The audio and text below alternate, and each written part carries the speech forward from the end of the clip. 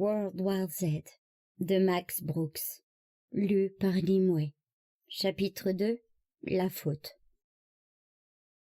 Langley, Virginie, États-Unis. Le bureau du directeur de la CIA ressemble à celui de n'importe quel médecin de province.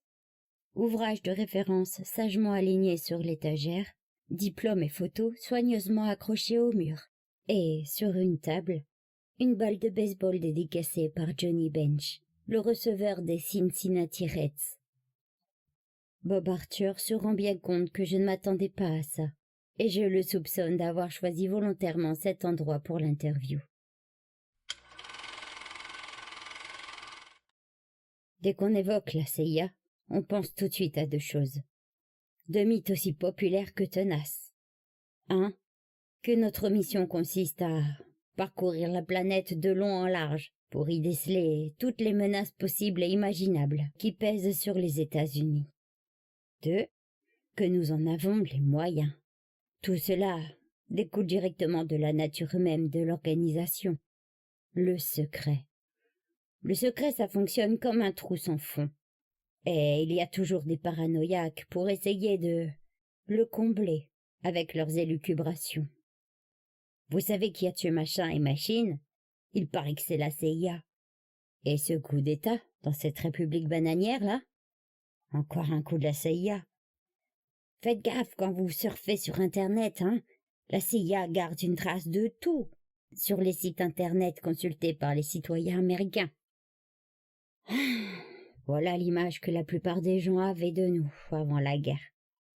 Une image qu'on faisait tout pour encourager. On voulait que nos ennemis deviennent parano, qu'ils nous craignent, et qu'ils y réfléchissent à deux fois avant de tenter quoi que ce soit contre la population américaine. L'idée de la pieuvre omnisciente, c'était bien pratique. Le seul souci, c'est que nos propres citoyens finissaient par y croire eux aussi. Et à votre avis, qui portait le chapeau dès qu'une catastrophe totalement inattendue survenait quelque part?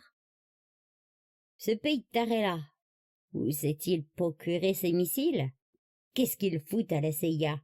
Pourquoi tous les gens ont-ils été massacrés par des fanatiques? Qu'est-ce qu'ils branlent à la CIA? Et pourquoi on ne nous a pas dit que les morts ressuscités avant qu'ils se mettent à gratter à nos portes, hein? Pourquoi? Putain de merde, quel guignol à la CIA! La vérité, c'est que ni la CIA, ni aucune office gouvernemental et paragouvernemental n'ont jamais été omniscientes. D'abord, on a toujours manqué d'argent, toujours, même pendant la guerre froide, à la glorieuse époque des chèques en blanc. Impossible d'avoir des yeux et des oreilles vraiment opérationnels dans toutes les arrière-salles, les bureaux, les rues, les caves, les bordels, les bunkers, les domiciles, les voitures et les cocottes minutes de cette foutue planète. Comprenez-moi bien, on n'est pas non plus complètement impuissant, et on peut légitimement assumer certaines opérations que nos fans et nos détracteurs nous collent sur le dos depuis des années. Mais si vous gobez toutes les théories du complot à la con, de Pearl Harbor jusqu'à la Grande Panique, vous obtenez une organisation beaucoup plus puissante que les États-Unis eux-mêmes, voire de tous les gouvernements de la Terre unie. Non, nous ne sommes pas une superpuissance de l'ombre, gardienne des secrets immémoriaux ou détentrice de je ne sais quelle technologie extraterrestre. Nous avons des limites bien réelles et des buts extrêmement précis. Alors pourquoi perdre notre temps à étudier chaque danger potentiel? Ce qui nous ramène au second mythe, le véritable rôle d'une agence de renseignement. On ne peut pas se permettre d'envoyer nos agents un peu partout dans le monde dans l'espoir qu'ils démasquent je ne sais quel nouveau complot. Au contraire, on doit se focaliser sur les dangers existants. Si notre voisin soviétique essaie de foutre le feu chez nous, on n'aura pas le temps de se préoccuper de l'arabe du coin. Si ensuite on tombe nez à nez avec ce même arabe dans le jardin, on n'aura pas davantage le temps de s'occuper de la République populaire de Chine Et si un jour les Chinois sonnent à la porte avec un avis d'expulsion dans la main et un cocktail Molotov dans l'autre, la dernière chose qu'on va faire, c'est regarder derrière nous pour vérifier si un mort-vivant ne se balade pas dans le coin. Mais le fléau trouve son origine en Chine, pourtant. En effet, tout comme l'un des plus grands Maskirovka de l'histoire de l'espionnage moderne. Pardon ? C'était un leurre, un canular. Les Chinois savaient pertinemment qu'on les surveillait constamment, et ils se savaient incapables de nous cacher leur purge sanitaire. On a compris que la meilleure façon de cacher leur extraction restait encore de les commettre à vue et au su de tout le monde. Plutôt que de mentir sur la purge elle-même, ils ont menti sur le pourquoi des dites purges. La révolte des dissidents. Plus grave encore, la crise du détroit de Taïwan. La victoire électorale de Taiwan National Independence Party. L'assassinat du ministre chinois de la Défense. Les complots, les menaces, les manifestations et les émeutes qui ont suivi. C'est piloté en sous-marin par le ministère de la Sécurité nationale. Tout ça pour détourner l'attention, pour que personne ne se rende compte de ce qui se passait vraiment en Chine. Et le pire, c'est que ça a marché. Tous les renseignements qu'on obtenait sur la Chine, les disparitions inexpliquées, les exécutions de masse, les couvre-feux, le rappel des réservistes, on collait ça sur le dos des procédures standards chinoises. En fait, ça a trop bien marché. Après la crise du détroit de Taïwan, on redoutait tellement que la Troisième Guerre mondiale nous tombe dessus qu'on a réduit l'activité de nos agences au strict minimum dans les pays qui commençaient à subir, eux aussi, leur première épidémie de morts-vivants. Les Chinois étaient à ce point efficaces, et nous avons été très mauvais. Ce n'est pas franchement glorieux pour l'agence, mais on se focalisait sur notre propre purge. Vous voulez dire les réformes? Non, les purges. Parce que c'était exactement cela. Quand Staline himself a fait fusiller ou déporter ses meilleurs stratèges militaires, il a fait moins de dégâts à la sécurité intérieure de son pays que le gouvernement des États-Unis avec toutes ses réformes. Notre dernier micro-conflit en date tournait à la débâcle. Et qui a dû payer le pot cassé, à votre avis? On nous avait ordonné de justifier une décision politique par tous les moyens. Et quand cette politique s'est avérée désastreuse, ceux-là même qui nous ont commandés ont rejoint la meute et se sont mis à nous montrer du doigt en beuglant. Mais qui vous a demandé de faire la guerre? Qui est responsable de tout ce bordel? La CIA. Impossible de les envoyer chier sans violer le secret défense, bien sûr. Tout ce qu'on pouvait faire, c'était s'asseoir et encaisser bien sagement, en silence. Et pour quel résultat, au final? La fuite des cerveaux. Pourquoi serrer les dents et accepter de jouer les victimes quand on peut se tirer dans le privé? Pourquoi, hein?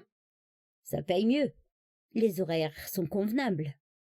Il arrive même que les gens pour qui vous vous démenez jour et nuit finissent par avoir un peu de respect et de considération pour vous. On a perdu quantité d'excellents éléments, comme ça. Des types d'une expérience inestimable, de l'initiative et des capacités d'analyse sans pareil. Tout ce qui nous restait après ça, c'était une bande de flemmards, des myopes et de nuques.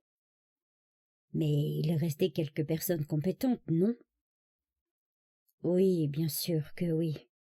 Certains sont restés tout simplement parce qu'ils croyaient en ce qu'ils faisaient.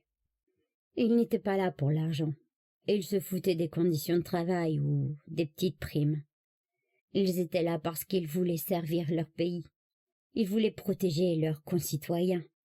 Mais même avec un idéal en béton, on arrive forcément à un moment où on finit par constater que toute cette énergie, tout ce temps passé à suer sang et eau, tout ce qu'on a fait, eh bien, cela n'a servi à rien. Et vous saviez ce qui était en train de se produire? Non, rien de précis. Aucune information fiable ne confirmait que...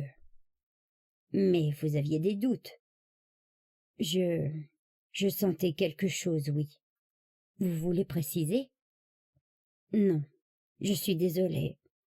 Mais j'ai abordé le sujet plusieurs fois avec mes collègues.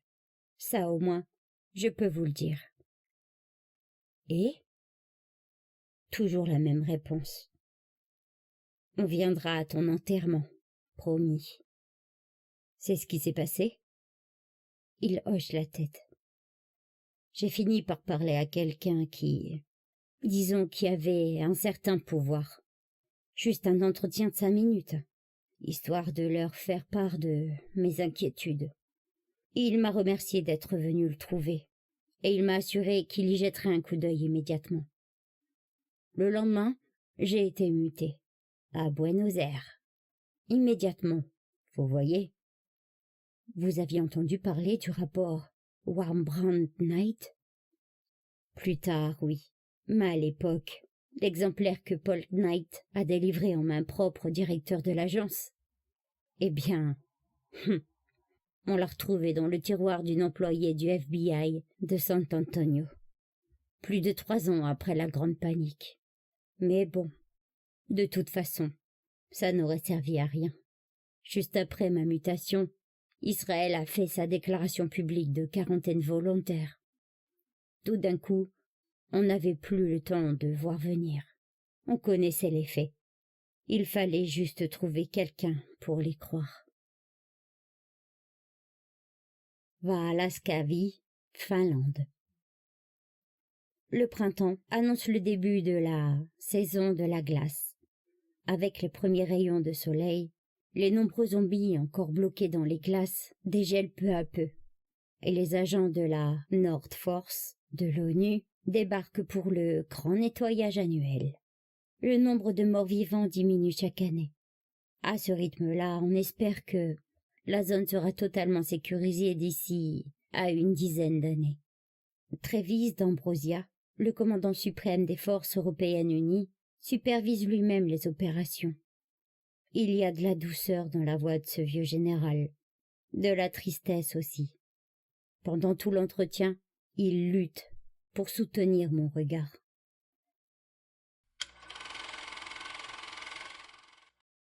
Pas question de minimiser nos erreurs. Notre préparation laissait à désirer. Je ne l'ai jamais nié. Et je suis le premier à reconnaître qu'on a purement et simplement laissé tomber les Américains. Mais je veux que nos concitoyens comprennent pourquoi. Et s'ils avaient raison? Voilà la première phrase prononcée par notre représentant à l'ONU, juste après la déclaration israélienne à l'Assemblée générale. Non, pas qu'on ait nécessairement raison, a-t-il ajouté, pour bien marquer le coup. Tout ce que je dis, c'est « et si c'était vrai ?» Il voulait notre avis, le fond de notre pensée, pas une opinion formatée. Il fonctionnait de cette façon, notre représentant de l'ONU.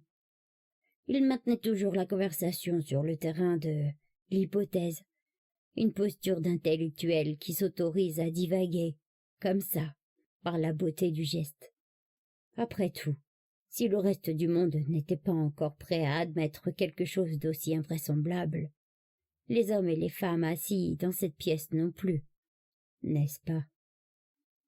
On a continué sur cette lancée aussi longtemps qu'on a pu. Le sourire aux lèvres, toujours prête à lancer une petite remarque cynique. Je ne sais plus à quel moment l'ambiance a basculé. Très subtil. Je crois que personne ne s'en est vraiment rendu compte. Soudain, on avait toute une salle de réunion remplie de hauts gradés, cumulant de nombreuses années d'expérience sur le terrain, tous dotés de bagages universitaires à faire pâlir d'envie les plus doués des neurologues, et tous à évoquer, le plus naturellement du monde, la possibilité d'une pandémie de morts-vivants. C'était comme un barrage qui cédait. Le tabou venait de sauter, et la vérité engloutissait tout. C'était libérateur. Vous vous en doutiez dès le départ, non? Depuis plusieurs mois, en fait, avec la déclaration israélienne, et notre représentant aussi. Tous les gens présents avaient entendu parler de cette histoire, et tous flairaient le danger. Certains d'entre vous avaient lu le rapport Warbrand Knight. Non, personne. Je le connaissais de nom, mais j'ignorais tout de son contenu. Pour tout dire, j'ai fini par en obtenir une copie, dans les 2 ans après la grande panique. La plupart des mesures militaires préconisées dans le rapport étaient identiques aux nôtres. Les vôtres? Les recommandations que nous avions aussitôt envoyées à la Maison-Blanche. Nous avions développé un programme complet, non seulement pour éradiquer toute menace aux États-Unis, mais aussi pour la contenir dans le reste du monde. Et la Maison-Blanche a beaucoup aimé la phase 1. C'était rapide, bon marché et 100% garanti, pour peu qu'on agisse vite. La dite phase 1 préconisait le déploiement des forces spéciales dans les zones contaminées. Elle avait ordre d'investir les lieux, d'identifier l'ennemi et de l'éliminer. L'éliminer? Le plus rapidement possible. Ah, les fameux Alpha Teams. Exactement, oui. Et croyez-moi, ils ont fait du super boulot. En principe, le rapport officiel doit rester sous scellé pendant encore 140 ans. Mais ça restera dans les annales de l'histoire. Vous pouvez me croire. Les meilleures unités d'élite de tous les États-Unis. Mais alors, pourquoi ça a mal tourné? Ça n'a pas mal tourné. Du moins la phase 1. Les Alpha Teams étaient censés confiner le problème. Point. Leur mission n'a jamais été d'éradiquer la menace. Ils devaient juste la contenir suffisamment longtemps pour nous permettre de lancer la phase 2. Mais la phase 2 n'a jamais été mise en œuvre. Non, pas même initiée. Voilà pourquoi l'armée américaine a été prise par surprise à ce point. La phase 2 impliquait la nationalisation de toutes les ressources. Le genre de mesure jamais vu depuis les heures les plus sombres de la Seconde Guerre mondiale. Pareil effort suppose une quantité astronomique d'argent et de sacrifices, ainsi que la collaboration pleine et entière de tous les citoyens. Et à l'époque, ça manquait cruellement. Le peuple américain sortait tout juste du long conflit sanglant, et ils n'en pouvaient plus. Ils en avaient assez, un peu comme dans les années 70. Le pendule est directement passé de la contestation militante au ressentiment le plus amer. Dans les régimes totalitaires, communistes, fascistes, fondamentalisme religieux, tout ce que vous voyez, l'accord du peuple va de soi. On peut déclarer la guerre, la prolonger autant qu'on veut. On peut enrôler n'importe qui, n'importe quand, sans jamais craindre le moindre retour de bâton. Dans une démocratie, c'est exactement l'inverse. La légitimité dépend du peuple, et elle a ses limites, qui se confondent avec les caisses de l'État.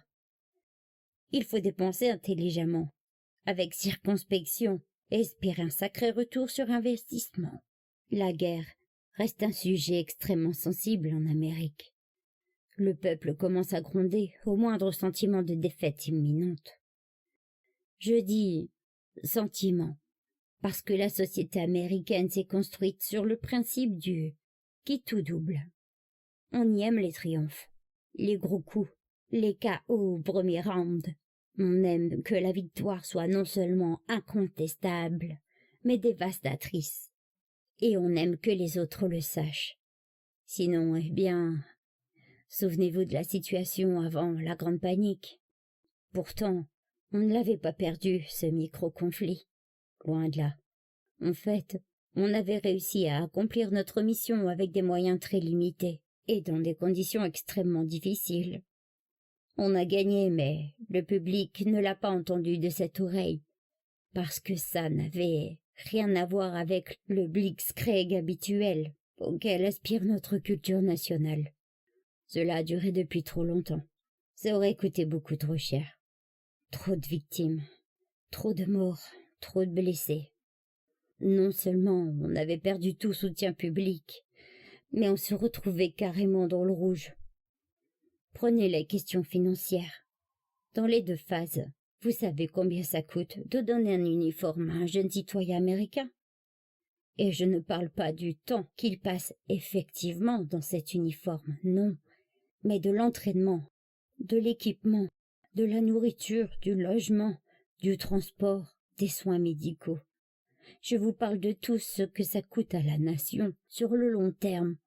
Je vous parle de ce que les contribuables sont obligés de payer à cette personne pendant le reste de sa vie. C'est un véritable fardeau pour les finances publiques. Et à l'époque, nous avions à peine assez pour maintenir le statu quo. Et même avec des coffres pleins, même si nous avions eu tout l'argent et tout l'équipement nécessaire pour lancer les 2 phases, qui aurions-nous dû escroquer pour les remplir à nouveau, hein? Les Américains éprouvent une méfiance naturelle à l'égard de la guerre, comme si les horreurs habituelles ne suffisaient pas. Les morts, les mutilés, les défigurés, et tous ceux que les combats avaient détruits psychologiquement. Voilà que nous avions une catastrophe imminente à gérer. Les trahis. Nous avions une armée motivée, et regardez ce qui nous est arrivé. Combien de soldats ont vu leur contrat subitement prolongé comme ça, sans préavis? Ou ces réservistes que l'oncle Sam rappelait tout à coup sous les drapeaux, après 10 ans de vie paisible? Combien de guerriers du dimanche ont ainsi perdu leur maison, leur boulot, à leur retour? Combien n'ont trouvé que des ruines à la place de leur ancienne vie? Pire, combien ne sont pas revenus du tout? Nous autres Américains, nous sommes un peuple honnête. On s'attend à ce que tout le monde respecte les termes du contrat. Je sais que beaucoup de gens issus d'autres cultures prennent ça pour de la naïveté ou de la puérilité. Mais pas nous. Ça reste un principe sacré. Voir l'oncle Sam renier sa parole, détruire la vie des gens, museler leur liberté. Après le Vietnam, quand j'étais encore tout jeune commandant en Allemagne de l'Ouest, il avait fallu développer des programmes intensifs de motivation, uniquement pour empêcher nos soldats de foutre le camp. Et après la dernière guerre, plus personne ne réussissait à engager qui que ce soit. Rien n'y faisait, ni les primes, ni les aménagements de contrats, ni ces outils de recrutement en ligne déguisés en jeux vidéo. Cette génération-là en avait juste ras-le-bol. Voilà pourquoi nous étions trop faibles pour repousser les zombies quand ils ont commencé à bouffer notre pays. Je ne blâme pas le gouvernement civil, et je ne prétends pas davantage que les militaires auraient dû gérer la crise eux-mêmes. Notre système politique fonctionne mieux que partout ailleurs. Mais il faut le protéger, le défendre. Plus personne ne doit nous mentir à ce point. Plus jamais.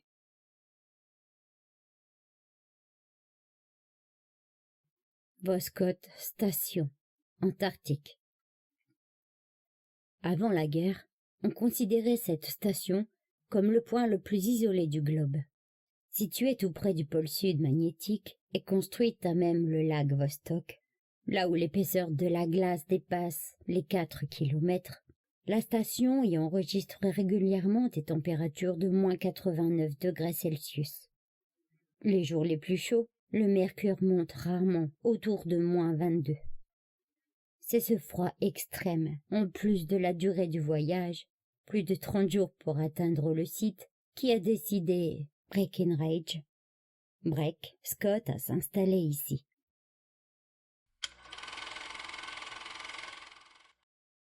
Vous connaissez quelque chose à l'économie, vous?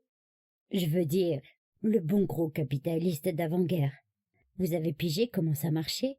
Moi pas. Et ceux qui affirment le contraire racontent des conneries. Il n'y a rien absolument là-dedans, aucune grande loi scientifique. Rien du tout. Tu gagnes, tu perds. Tout ça, c'est de la merde. La seule règle qui signifie quelque chose pour moi, c'est un prof d'histoire qui me l'a apprise. À Wharton. Pas d'économie, hein. D'histoire. La peur, il disait, c'est la peur la plus précieuse matière première de l'univers. Ça m'a calmé tout net. Allumez la télévision. Qu'est-ce que vous voyez? Des gens qui vendent leurs produits? Non, des gens qui vendent la peur que vous éprouviez à l'idée de ne pas les avoir. Putain que c'était bien vu. Peur de la vieillesse, peur de la solitude, peur de la pauvreté. La peur, c'est l'émotion la plus primitive qui soit, primaire presque. C'est devenu comme un mantra pour moi.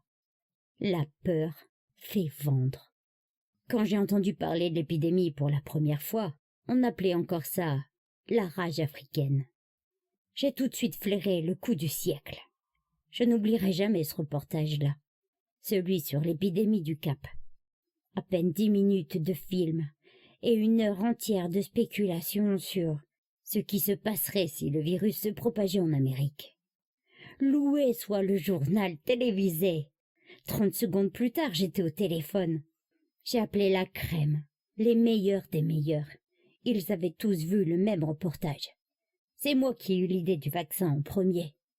Un vaccin, un vrai vaccin anti-rabique. Dieu merci, il n'existait aucun médicament contre la rage. Un médicament, les gens l'achètent quand ils se croient malades. Mais un vaccin c'est préventif. Les gens allaient en prendre tant qu'ils continueraient à flipper. On avait plein de contacts au sein de l'industrie pharmaceutique, et encore plus à l'université d'Hill Penn. On pouvait obtenir un échantillon convaincant en moins d'1 mois, et une proposition écrite en 2 jours. 3 semaines plus tard, on serrait les mains dans tous les sens.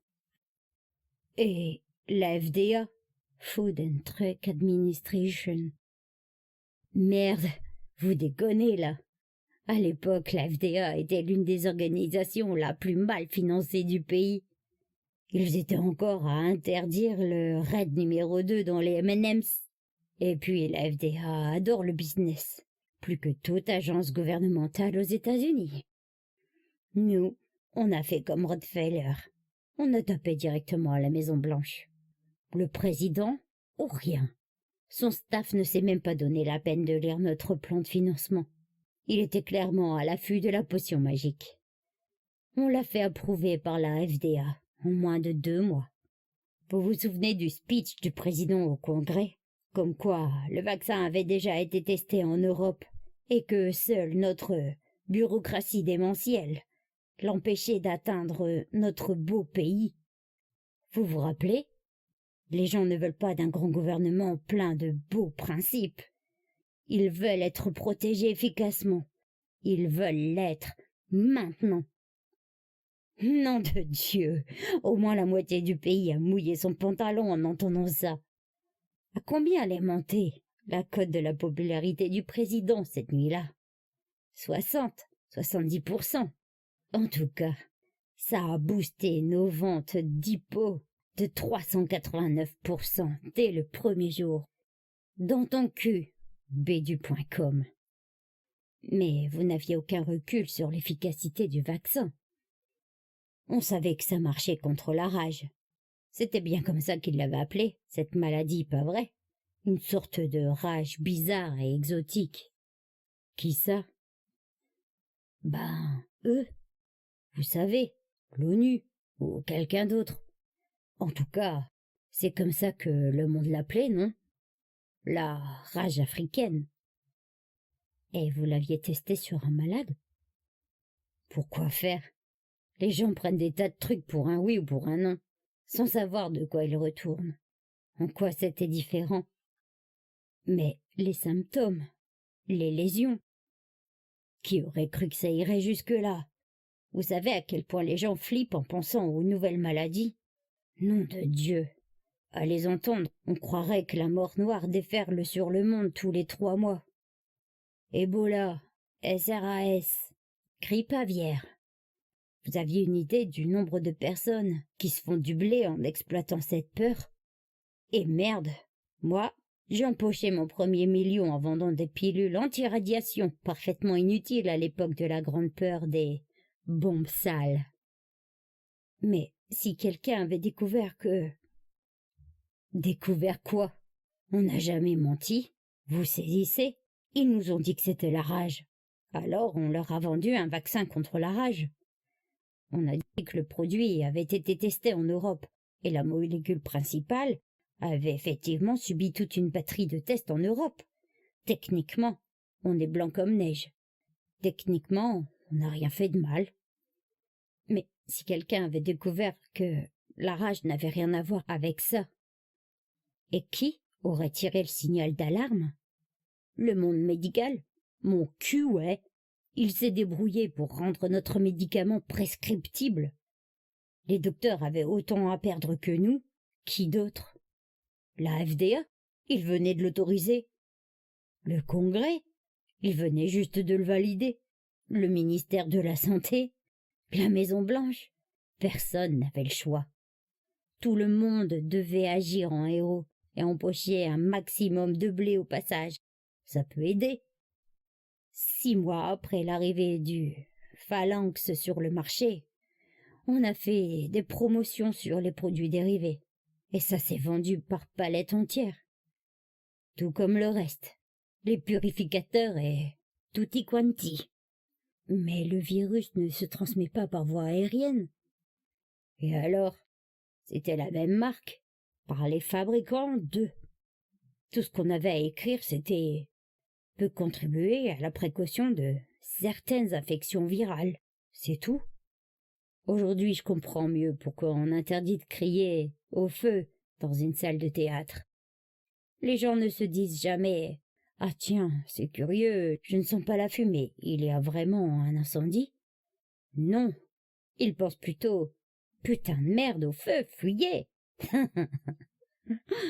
Je me suis fait un paquet de fric avec les purificateurs d'air, les modèles domestiques, les modèles pour voiture, les petits machins qu'on s'accrochait au cou quand on voyageait en avion. J'en avais vendu des tonnes. Je ne suis pas bien sûr que ça aurait filtré un sac de gravier, mais c'est parti comme des petits pains. Tout allait comme sur des roulettes. J'ai commencé à monter des opérations financières, vous savez, avec des plans pour construire des usines à travers tout le pays. Les produits financiers se sont vendus aussi bien que le vrai. Tout le monde se foutait de la sécurité. C'était l'idée de sécurité qui comptait. Vous vous rappelez les premiers cas aux États-Unis? Ce type qui vivait en Floride et qui acclamait partout qu'il avait survécu à sa morsure grâce au phalanx. Oh bordel! Il se lève et mime fébrilement l'acte sexuel. Putain de merde, que Dieu bénisse ce connard! Et ça n'avait évidemment rien à voir avec le phalanx. Votre médicament ne protégeait pas les gens. Il les protégeait de leur peur. Je n'ai jamais vendu autre chose. Et merde, grâce au phalanx, le marché pharmaceutique a tourné à plein régime. Il a entraîné la bourse avec lui, ce qui a donné l'impression d'une reprise de la croissance, ce qui a redonné confiance aux consommateurs, qui ont relancé la croissance. Le phalanx a mis un terme à la récession économique.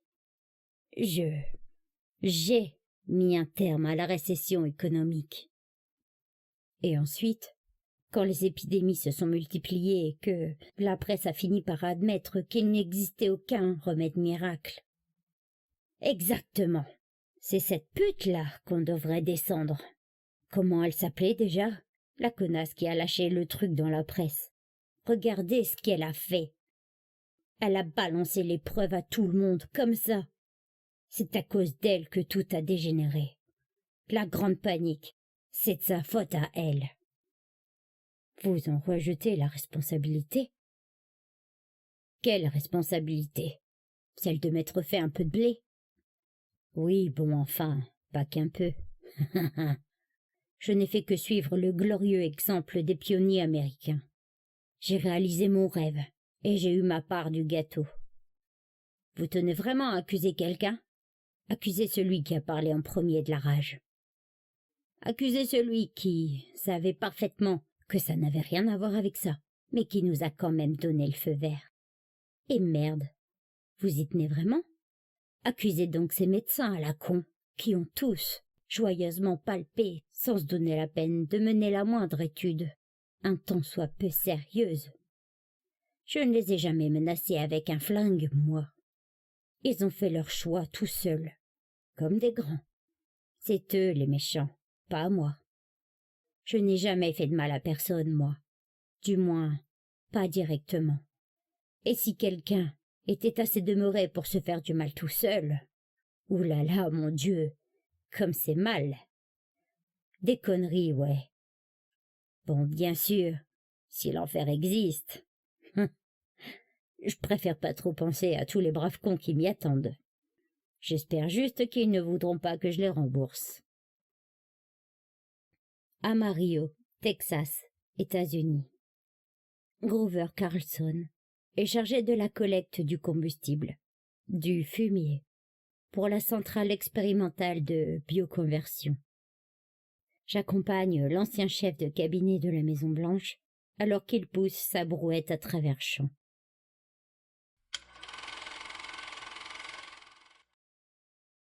Bien sûr qu'on avait reçu un exemplaire du rapport Knight War Machin. Vous nous prenez pour qui? La CIA? On l'avait lu 3 mois avant la déclaration israélienne à l'ONU. C'était mon boulot de briefer le président avant que le Pentagone ne s'affole. Alors l'organisation... Il organisait toute une réunion dessus. Et le rapport disait quoi? Laissez tout tomber, focalisez vos efforts. Ce genre de conneries alarmistes. Des rapports de ce genre, on n'en recevait qu'15 par semaine. C'était pareil dans toutes les grandes administrations. Et tous racontaient la même chose. Il y avait toujours un nouveau père Fouettard chaque fois. La pire menace qu'ait jamais connue l'humanité. Ben voyons. Vous imaginez ce que seraient devenus les États-Unis si on avait paniqué chaque fois qu'un taré hurlait au loup, au réchauffement climatique ou aux morts vivants? Soyons sérieux. On a fait ce que chaque président a toujours fait depuis George Washington. On a réglé le problème avec des mesures appropriées. Et vous avez créé les Alpha Teams. Entre autres, oui. Vu que le conseiller à la sécurité nationale se contrefoutait de cette histoire, je trouve qu'on s'en est plutôt bien sorti. On a produit un film éducatif à l'intention des forces de police locales pour leur expliquer ce qu'il convenait de faire en cas d'épidémie.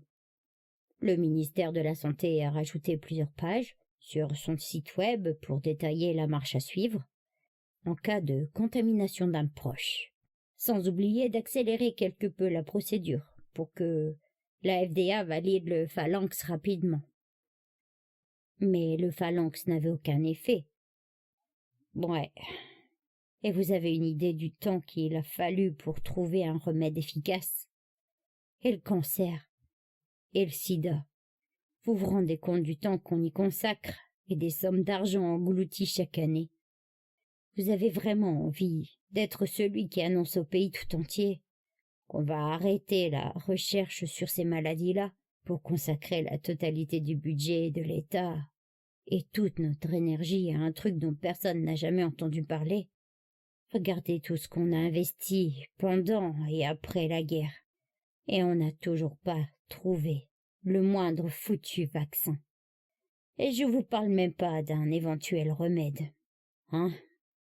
On savait très bien que le phalanx n'était qu'un placebo. Et ça nous convenait parfaitement. Ça a calmé la population et on a enfin pu se mettre au boulot. Quoi, vous auriez préféré que je leur dise la vérité? Que ça n'aurait rien à voir avec la rage? Que c'était une sorte de super-virus qui avait animé les morts? Vous imaginez la panique? Vous imaginez tous ces foutus sénateurs faire dans leur froc et bloquer toutes les actions gouvernementales, un tant soit peu efficace en votant un Zombie Protection Act exhaustif et totalement inutile? Vous imaginez la perte de crédibilité politique pour le pouvoir en place. En plus, on débutait une année électorale, et pas la plus facile, hein. Un vrai corps à corps. Nous, on nettoyait, on réparait toutes leurs conneries que le gouvernement précédent avait accumulées, et croyez-moi, les 8 années qui venaient de s'écouler en avaient brassé de la merde. Et on avait réussi à revenir aux affaires. C'était grâce à notre gentil pigeon, qui n'avait pas arrêté de promettre un jour, la paix et la prospérité. C'était tout ce que demandait le peuple américain. Jamais la population n'aurait accepté un autre programme. Les gens vivaient une sale époque. Et depuis, déjà pas mal de temps, il aurait été suicidaire de leur avouer que le pire était à venir. Et vous n'avez jamais essayé de résoudre le problème? Oh, réveillez-vous. Faites un effort, là.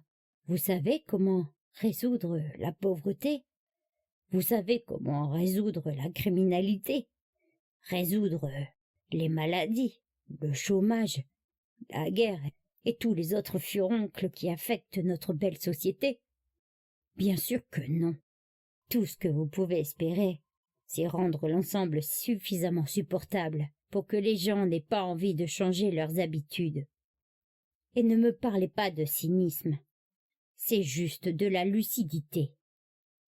On ne peut pas arrêter la pluie, mais on peut construire un toit qui ne fuit pas.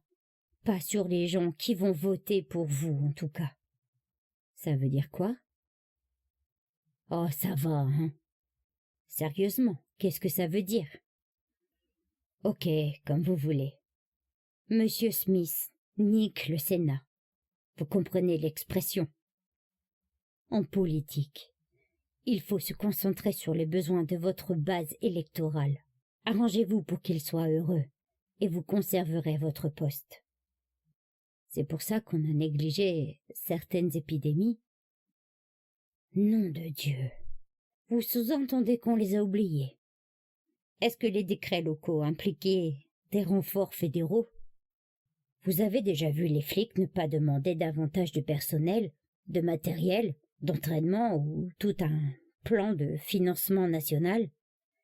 Ces PD sont aussi chiants que les militaires, toujours à gémir qu'ils n'ont jamais ce dont ils ont besoin. Mais est-ce qu'ils risquent leur place en levant de nouveaux impôts, eux? Est-ce qu'ils doivent expliquer à Peter le riche pourquoi on lui pique son pognon pour le refiler à Paul le pauvre? Et vous ne craignez pas d'éventuelles révélations publiques? De qui? La presse, les médias. Les médias, vous déconnez. Vous voulez parler des filiales de la plus grande multinationale? Celle-là même qui aurait explosé en plein vol si la panique s'était emparée de la population. Ces médias-là. C'est ça dont vous parlez. Donc, vous niez avoir maquillé la vérité. On n'en a pas besoin. Ils l'ont maquillé tout seuls. Ils avaient autant à perdre que nous, sinon plus. En plus, il avait déjà largement couvert l'affaire l'année d'avant, quand on avait identifié les premiers cas aux États-Unis. Puis l'hiver est arrivé, le phalanx a envahi les rayons des magasins et le nombre de cas a commencé à baisser. Oui, peut-être qu'ils ont calmé un ou deux jeunes reporters tout fringants. C'était déjà de l'histoire ancienne. Ça devenait gérable. Les gens avaient déjà appris à vivre avec, et ils voulaient passer à autre chose. L'info, c'est du business, et il vaut mieux en avoir de la fraîche si on veut rester sur le marché. Mais il existait d'autres médias alternatifs ou indépendants. Oh, bien sûr, mais qui les écoutait? Des tapettes je sais tout surdiplômés, et ceux-là, vous savez qui les écoute? Personne. Qui va s'inquiéter de ce que pense une minorité d'intellos totalement déconnectés de la réalité? Plus ces têtes d'œufs éligibles hurlaient « Les morts sont parmi nous », plus les vrais Américains s'en détournaient. Bon, voyons si j'ai bien compris votre point de vue. Le point de vue du gouvernement. Le point de vue du gouvernement. En résumé, vous avez traité ce problème de la même façon que les autres, en y accordant que le temps et l'argent nécessaires. Voilà, oui. Tout ça parce que le gouvernement n'avait pas que ça à faire et que, surtout à l'époque, une nouvelle menace était la dernière chose dont le public voulait entendre parler. Ouais. Et donc, vous avez estimé que le problème était gérable par les Alpha Teams, en plus de quelques consignes supplémentaires données aux forces de la police locale. C'est ça. Et pourtant, vous disposiez d'assez de données pour comprendre que le problème ne pouvait que s'intensifier et concourir à la catastrophe. Monsieur Carlson s'arrête, me lance un regard noir et jette une nouvelle pelletée de carburant dans sa brouette. Il va falloir grandir un jour. 3. Montana, États-Unis. D'après la brochure qui lui est consacrée, ce quartier incarne une communauté nouvelle pour une Amérique toute neuve. Au premier regard, on se rend compte que le lotissement, conçu sur le modèle des Masada israéliens, a été construit dans un but bien précis. Chaque maison est montée sur des pilotis suffisamment élevés pour permettre aux habitants d'embrasser du regard la totalité des murs d'enceinte, hauts de 6 mètres. On accède aux habitations via un escalier rétractable. Un système similaire permet de passer à la maison voisine. Les panneaux solaires sur les toits, les puits protégés, les jardins, les tours du gué et l'épaisse porte d'entrée coulissante en acier trempé, tout cela explique le succès de Troy auprès de ses nouveaux habitants, à tel point que les responsables du projet ont reçu plusieurs autres commandes dans tous les États-Unis. Mary Jo Miller est la conceptrice initiale du projet 3. Elle en est aussi le maire et l'architecte.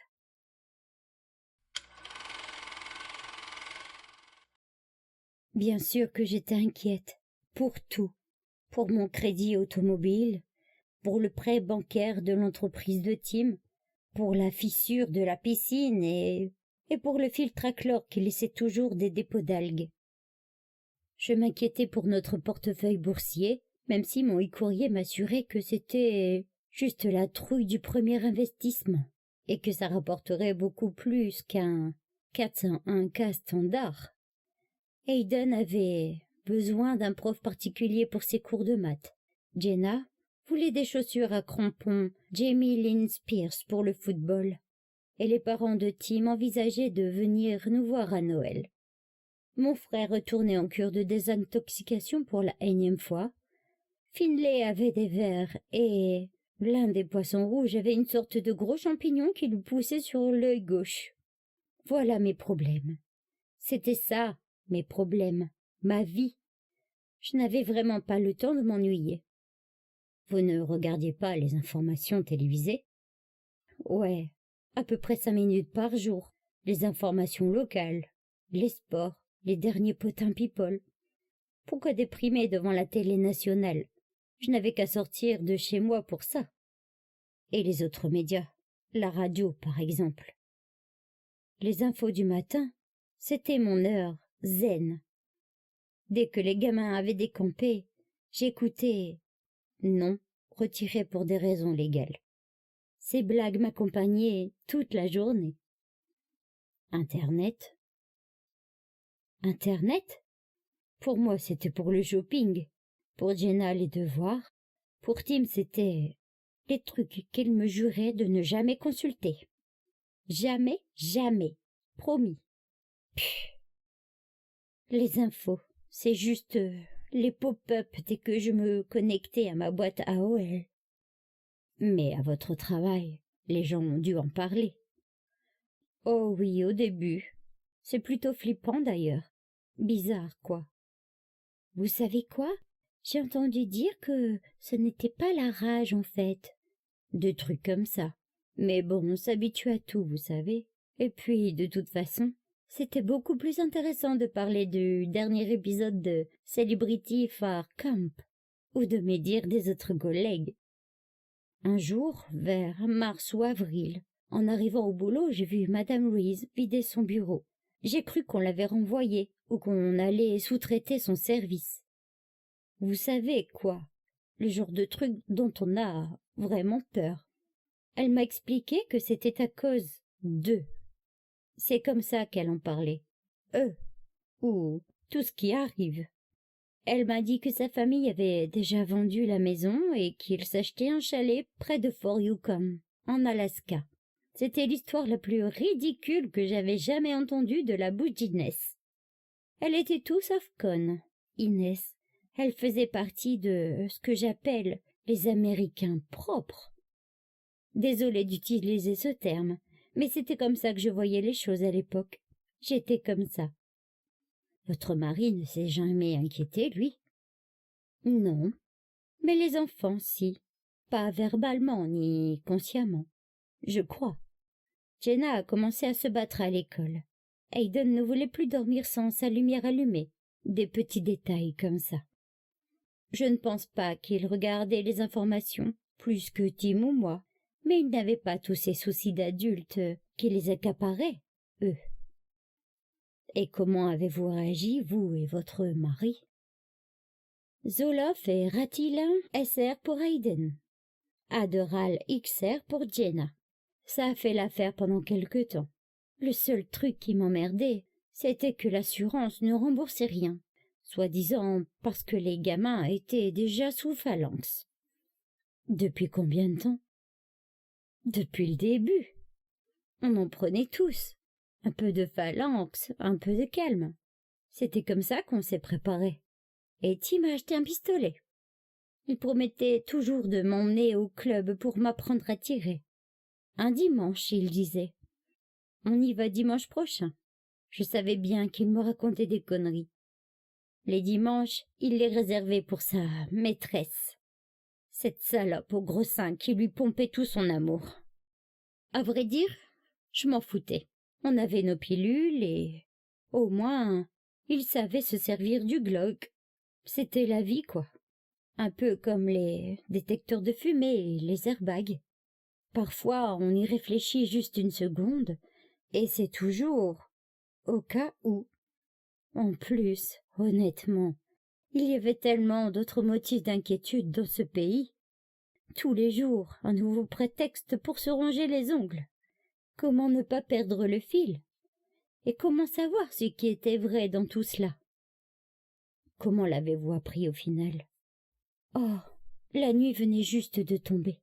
La télé était en marche. Tim buvait un Corona dans son bureau. Hayden jouait dans le salon avec ses Ultimate Soldier. Jenna faisait ses devoirs dans sa chambre. J'étais en train de vider la machine. Je n'ai donc pas entendu Findlay aboyer. Enfin, peut-être que si. C'est possible. Mais je n'y ai pas accordé d'importance particulière. Notre maison se trouvait dans la dernière rue de la ville, juste au pied des collines. Nous vivions dans un coin tranquille de North Country, près de San Diego. On voyait souvent des lapins à côté de la clôture, parfois des daims même, et Finlay gueulait comme un putois. Je me souviens d'avoir jeté un coup d'œil sur les post-it pour me rappeler de lui acheter un collier à la citronnelle anti-aboiement. Je ne sais plus quand les autres chiens se sont mis à aboyer à leur tour, ni quand l'alarme de la voiture garée un peu plus loin s'est déclenchée.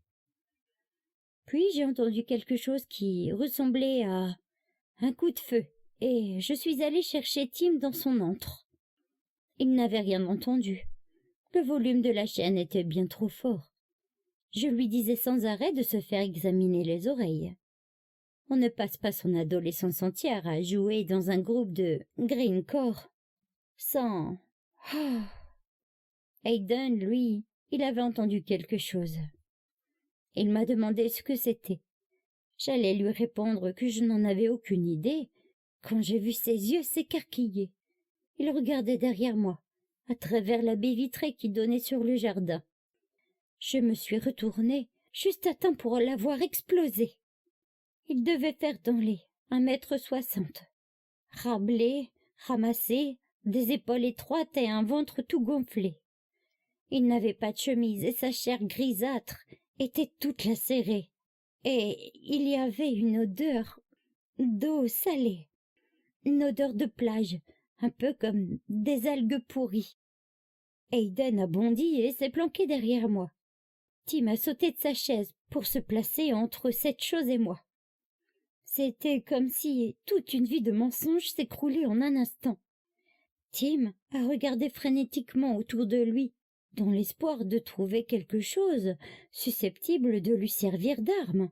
Mais la chose s'était jetée sur lui. Ils sont tombés sur le tapis et ils ont commencé à se battre. Il m'a hurlé de monter dans la chambre et de lui rapporter son pistolet. Nous étions dans l'entrée quand j'ai entendu Jenna crier. J'ai couru jusqu'à sa chambre et ouvert la porte aussi vite que possible. Un autre, un grand cette fois. Au moins 1,90 m, avec des épaules de géant et des bras musclés. La fenêtre était cassée et il tenait Jenna par les cheveux. Elle hurlait « Maman !» Qu'est-ce que vous avez fait? Je ne me souviens plus très bien. Quand j'essaie de me souvenir, tout s'accélère. Je lui ai agrippé le cou. Il avait la bouche grande ouverte et il allait mordre Jenna. J'ai serré de toutes mes forces et j'ai tiré d'un coup en arrière. Les gamins jurent que je lui ai arraché la tête, que je la lui ai arrachée comme ça, avec la chair, la peau et tous ces trucs qui pendouillaient là, un peu partout, vous savez.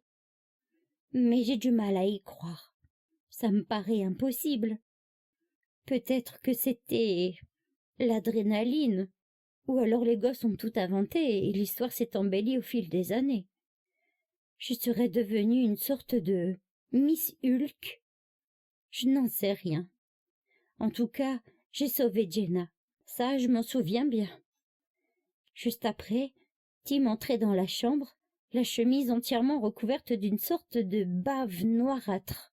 Il tenait le pistolet d'une main et la laisse de Finlay dans l'autre. Il m'a lancé les clés de voiture et m'a ordonné d'emmener les gamins au centre-ville. Puis il est parti en courant vers le jardin. J'ai entendu plusieurs détonations avant de démarrer.